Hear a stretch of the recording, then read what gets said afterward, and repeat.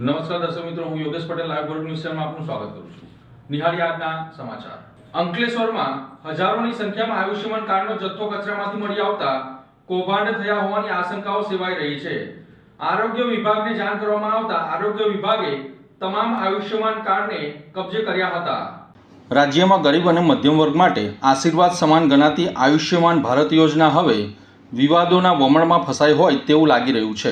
અંકલેશ્વર પંથકમાં એક એવી ઘટના સામે આવી છે જેને આરોગ્ય વિભાગની ઊંઘ ઉડાડી દીધી છે. સુરત જિલ્લાના હજારો આયુષ્યમાન કાર્ડ અચાનક અંકલેશ્વરમાંથી મળી આવતા ચકચાર મચી જવા પામી છે. આ કાર્ડ અંકલેશ્વરના અંસાર માર્કેટ સ્થિત એક ખુલ્લા પ્લોટમાં મળી આવ્યા હતા. સવાલ અહીંયા એ ઊભો થાય છે કે સુરતના રહીશોના આ કાર્ડ અંકલેશ્વર પહોંચ્યા કેવી રીતે? શું આ કોઈ મોટા હોસ્પિટલ કૌભાંડનો હિસ્સો છે? આ એ કાર્ડ છે જે ગરીબ દર્દીઓને મફત સારવારની ગેરંટી આપે છે, પરંતુ સુરત જિલ્લાના વિવિધ વિસ્તારોના રહીશોના આ કાર્ડ આજે અંકલેશ્વરમાં બિનવારસી હાલતમાં મળી આવ્યા હતા. આ ઘટના બાદ અંકલેશ્વર પંથકમાં અનેક તર્ક વિતર્કો સર્જાયા છે. સૌથી મોટો સવાલ એ છે કે સુરતની ખાનગી હોસ્પિટલોએ આયુષ્યમાન કાર્ડના નામે સરકારી નાણાં પડાવવા માટે આ કાર્ડનો દુરુપયોગ કર્યો છે કે શું? લાભાર્થીઓને આ ઘટના અંગે જાણ છે કે શું? અને તેમના નામે ખોટા ક્લેમ પાસ કરી દેવામાં આવ્યા છે કે શું? આટલી મોટી સંખ્યામાં કાર્ડ મળી આવતા તે સીધું કોઈ મસમોટા કૌભાંડ તરફ ઇશારો કરી રહ્યું છે. જ્યારે આ અંગે આયુષ્યમાન વિભાગનો સંપર્ક કરવામાં આવ્યો હતો ત્યારે ચોંકાવનારી વાત સામે આવી છે. આરોગ્ય વિભાગ આ ઘટનાથી તદ્દન અજાણ હોય તેવું લાગ્યું છે. શું આ કાર્ડ ડુપ્લિકેટ બનાવાયા હતા કે પછી અસલી કાર્ડનો ખેલ પાડીને તેને અહીં ફેંકી દેવામાં આવ્યા છે? આ ઘટનાની ગંભીરતા જોતા અંકલેશ્વર મામલતદાર અને આરોગ્ય વિભાગને જાણ કરવામાં આવી હતી. આરોગ્ય વિભાગે તમામ કાર્ડનો કબજો મેળવી અને તપાસના ચક્રો ગતિમાન કર્યા છે. જોકે જનતામાં રોષ છે કે ગરીબોના આરોગ્ય સાથે ચેડા કરનાર આ સફેદપોશ ગુનેગારો કોણ છે? હવે જોવું એ રહ્યું કે તપાસના અંતે કોઈ હોસ્પિટલ કે કોઈ એજન્ટના નામ બહાર આવે છે કે નહીં તે જોવું રહ્યું. શું તંત્ર આ કૌભાંડના મૂળ સુધી પહોંચશે કે પછી હર હંમેશની જેમ તપાસના નામે ભીનું સંકેલી લેવાશે તેવી ભીતિ વ્યક્ત કરવામાં આવી રહી છે. ભરૂચમાં વસતા મરાઠી સમાજ દ્વારા ગુડી પડવાની પરંપરાગત રીતે ઉજવણી કરવામાં આવી હતી. ભરૂચ અંકલેશ્વરમાં વસતા મરાઠી સમાજ દ્વારા પ્રતિવર્ષની જેમ આ વર્ષે ગુડી પડવા એટલે કે નૂતન વર્ષ અને વિજય પર્વની પરંપરાગત રીતે ભક્તિમય માહોલમાં ઉજવણી કરવામાં આવી હતી. મરાઠી પરિવારો દ્વારા તેઓના નિવાસ સ્થાને સવારે મંગલ મુહૂર્તમાં ગુડી એટલે કે ધ્વજ ઊભો કરવાની પરંપરા વર્ષોથી ચાલી રહી છે. ઘરમાં ગુડી એટલે કે ધ્વજ જેવી રચના ઊભી કરવામાં આવે જે જીત, સન્માન અને સમૃદ્ધિનું પ્રતીક છે. માન્યતા છે કે આ ભગવાન બ્રહ્માએ સૃષ્ટિ રચવાનું ગુડી પડવાના દિવસે શરૂ કર્યું હતું. સાથે જ મરાઠી સમાજ દ્વારા ઘરે ઘરે પૂરણપોળી ખાવાની અને સ્વજનોને ખવડાવીને આ તહેવારની ઉજવણી કરવામાં આવે છે. આજ રોજ હિન્દુ તથા મરાઠી સમાજના નવા વર્ષની શરૂઆત થાય છે.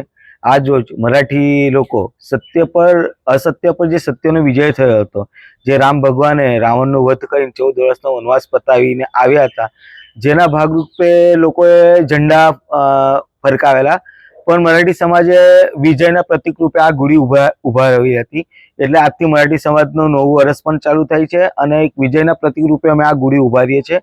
આજ રોજ કથા અનુસાર બ્રહ્માજીએ આજે સૃષ્ટિનું નિર્માણ કર્યું હતું, તો આજનો દિવસ આ રીતે પણ મહત્વનો છે. નવા વર્ષ તથા ગુડી પડવાની સર્વને શુભ હાર્દિક શુભેચ્છા. દહેજની હિન્દુસ્તાન વિશ્વકો કંપનીમાંથી છૂટા કરાયેલા કામદારોની વારે આમ આદમી પાર્ટીના ભરૂચ જિલ્લા પ્રમુખ પિયુષ પટેલ અને તેમની ટીમ આવી હતી. ભરૂચના દહેજ સ્થિત હિન્દુસ્તાન મિસ્વાકો કંપનીના પ્લાન્ટ બંધ થતાં છૂટા કરાયેલા કામદારો છેલ્લા 4 દિવસથી પાનોલી ખાતે ધોમધકતા તાપમાં ન્યાયની આશાને ધરણા પર બેઠા છે. કામદારોની માંગ છે કે તેઓને યોગ્ય વળતર આપવામાં આવે અથવા બીજી જગ્યાએ બદલી કરવામાં આવે. આ ઘટનાની જાણ થતાં જ ભરૂચ જિલ્લા આમ આદમી પાર્ટીના પ્રમુખ પિયુષ પટેલ પોતાની ટીમ સાથે કામદારોની વારે આવ્યા હતા. તેમણે કામદારોની વ્યથા સાંભળી કંપનીના સત્તાધીશો સાથે સીધી લીટીમાં વાત કરી હતી. ચર્ચાના અંતે કંપનીના સત્તાધીશોએ પ્રશ્નોનું નિરાકરણ લાવવા માટે 15 દિવસનો સમયગાળો માંગ્યો છે. પિયુષ પટેલે મીડિયા સાથેની વાતચીતમાં ભાજપના સ્થાનિક ધારાસભ્ય અરુણસિંહ રાણા પર આકરા પ્રહારો કરતા જણાવ્યું હતું કે ભાજપના નેતાઓ માત્ર ચૂંટણી સમયે વોટ લેવા આવે છે, પરંતુ જ્યારે કામદારો મુશ્કેલીમાં હોય ત્યારે કોઈ દેખાતું નથી. તેમણે સ્પષ્ટ ચીમકી આપી છે કે જો 15 દિવસમાં કામદારોને ન્યાય નહીં મળે તો આમ આદમી પાર્ટી આવનારા સમયની અંદર કામદારો સાથે મળીને ઉગ્ર આંદોલન કરશે તેવી ચીમકી ઉચ્ચારી હતી.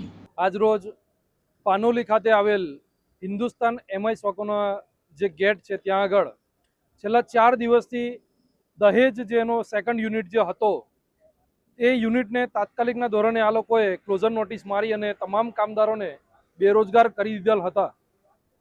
એના સંદર્ભે આજે એમની માંગણીઓ સાથે એ લોકોએ પાનોલી ખાતે આ ધરણા છેલ્લા 4-5 દિવસથી કરેલ છે.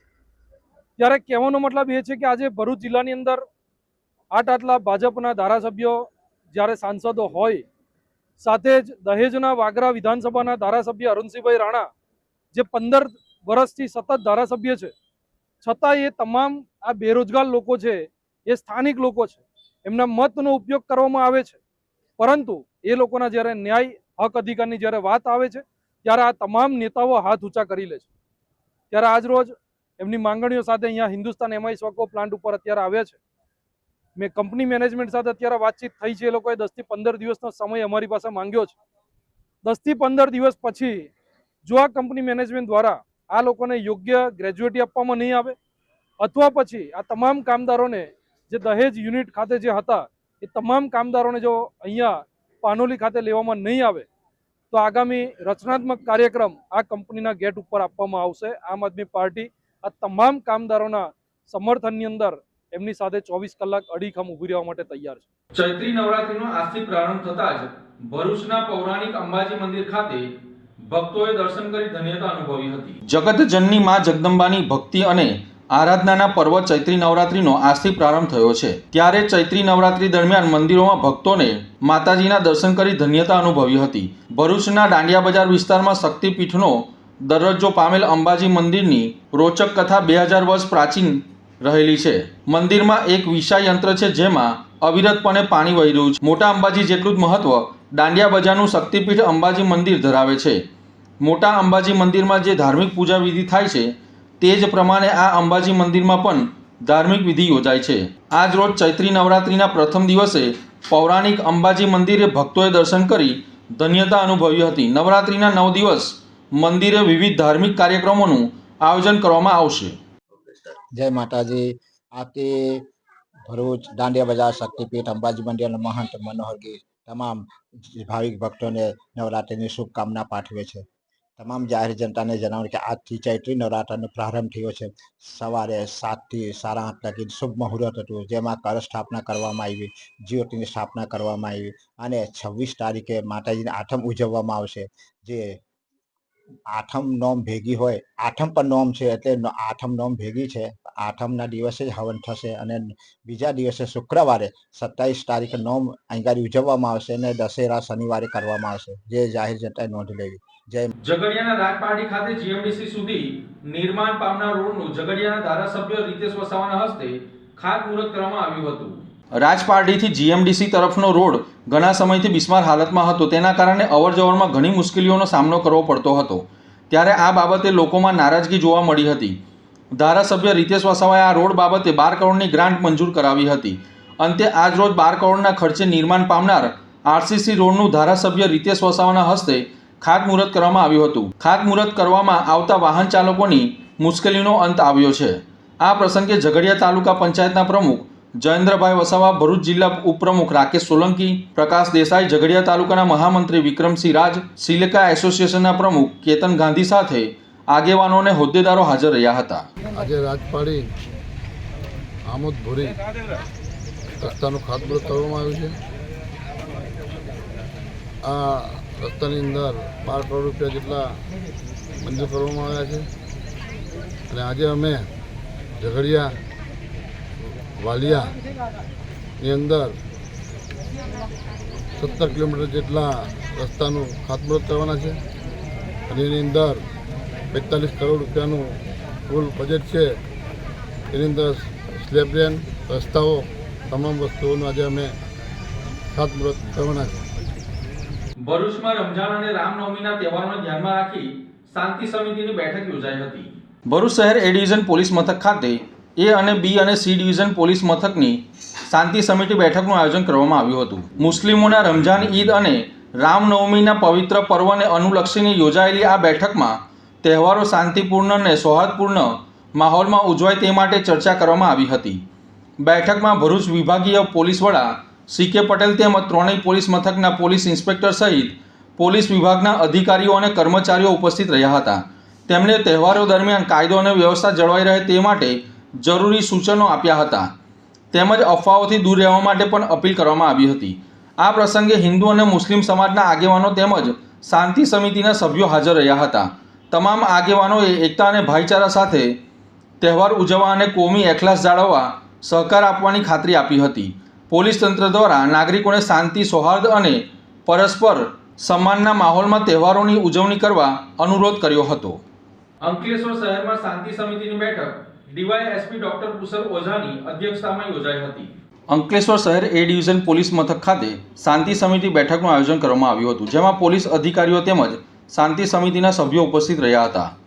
આ બેઠકમાં આગામી રમઝાન, ઈદ અને રામનવમીના પર્વને અનુલક્ષીને ડીવાયએસપી ડોક્ટર કુશલ ઓઝાની અધ્યક્ષતા હેઠળ યોજાઈ હતી. બેઠક દરમિયાન બંને તહેવારો શાંતિપૂર્ણ અને કોમી એખલાસ વચ્ચે ઉજવાય તે માટે ઉપસ્થિત આગેવાનોને અપીલ કરવામાં આવી હતી. આ પ્રસંગે નગરપાલિકાના પૂર્વ પ્રમુખ ભાવેશ કાયસ્થ સહિત હિન્દુ અને મુસ્લિમ સમાજના આગેવાનો ઉપસ્થિત રહ્યા હતા. બેઠકમાં તહેવારો દરમિયાન કાયદો અને વ્યવસ્થા જળવાઈ રહે તે માટે વિશેષ ચર્ચા કરવામાં આવી હતી. પોલીસે પૂર્ણ સહકાર આપવાની ખાતરી વ્યક્ત કરી છે. પોલીસ તંત્ર દ્વારા શાંતિ અને એકતા જાળવવા માટે તમામ સમાજના લોકોને વધુ સંકલન વધારવા ભાર મૂક્યો છે.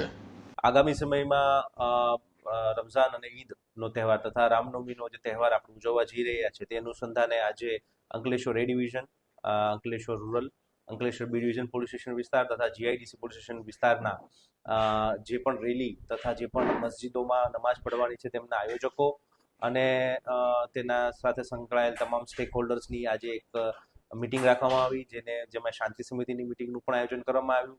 તેમાં બંને ધર્મના લોકોના આગેવાનો સાથે પણ મિટિંગ કરવામાં આવી અને તેમના પ્રશ્નો અને તેમની રજૂઆતો જે કાંઈ પણ હોય તે પણ સાંભળવા માટેની કાર્યવાહી કરવામાં આવી તથા જરૂરી સૂચનાઓ. આ બંને તહેવારો જે છે એ ખૂબ જ કોમી એકલાસથી અને હર્ષોલ્લાસ સાથે આપણે ઉજવણી કરી શકીએ તે માટે જરૂરી તમામ સૂચનાઓ તથા અમુક સૂચનો અને સજેશન્સ પણ આપવામાં આવ્યા અને તેમના તરફથી પણ કોઈ સજેશન્સ હોય તે પોલીસે સાંભળવાની કાર્યવાહી આજે હાથ ધરી હતી. ભરૂચમાં વસતા દાઉદી વોહરા સમાજના લોકો દ્વારા ઉત્સાહભેર રમઝાન ઈદના પર્વની ઉજવણી કરવામાં આવી હતી. પવિત્ર રમઝાન માસમાં દાઉદી વોહરા સમાજના લોકો દ્વારા 1 માસ સુધી રોજા રાખી ઇબાદત કરવામાં આવી હતી. ભરૂચ કોટ પારસીવાડ વિસ્તારમાં વસતા દાઉદી વોહરા સમાજના લોકોએ આજરોજ મસ્જિદમાં રમઝાન ઈદની વિશેષ નમાઝ અદા કરી હતી અને એકબીજાને રમઝાનની શુભકામનાઓ પાઠવી હતી. નાના ભૂલકાઓએ તેઓના વિસ્તારમાં લાગેલા મેળામાં ઈદના દિવસે હર્ષોલ્લાસ સાથે ઉજવણી કરી હતી.